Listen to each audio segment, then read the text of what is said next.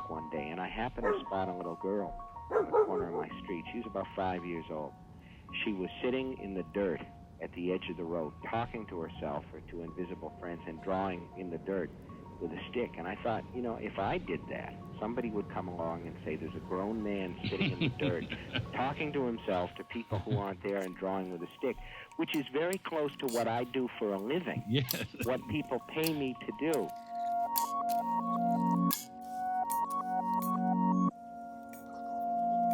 So the two things that I discovered and the two things that interest me about childhood, the first thing is that it's a secret world that exists by its own rules and lives in its own culture.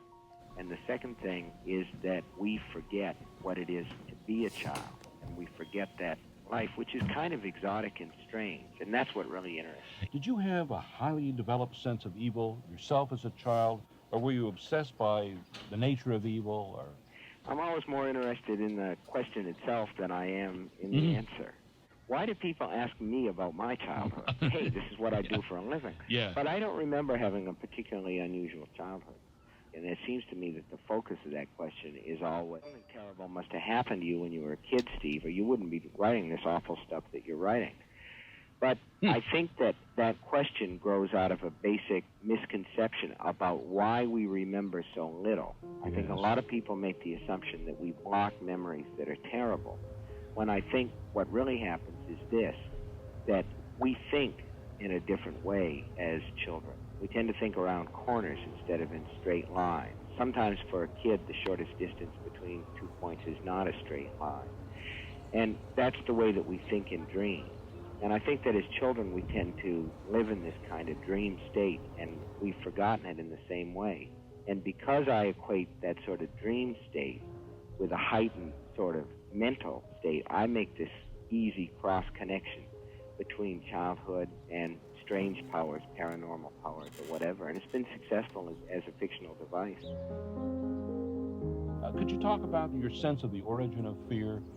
I think that a lot of what we think of as horror fiction or fiction of the macabre comes out of this sense of futurity that we have. As we grow older, we become aware of the fact that we are going to die, and most of us are going to die in ways that are unpleasant. For most of us, it's there, it's waiting for us, we understand that on an intellectual level, but I don't think on an emotional level or a spiritual level we ever quite come to terms with it. Mentally, we grasp it. Emotionally, we can't quite grasp it.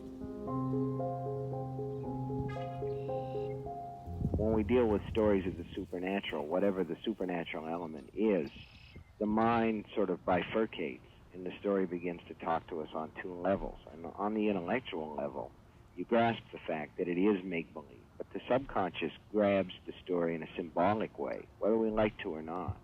I'm not much when it comes to actual literal symbolism in stories, but I do realize that you're dealing here with things that substitute for other things, the way that in dreams, if you're dreaming about riding in a car and you're out of control, you're really dreaming about something else that has to do with your waking life.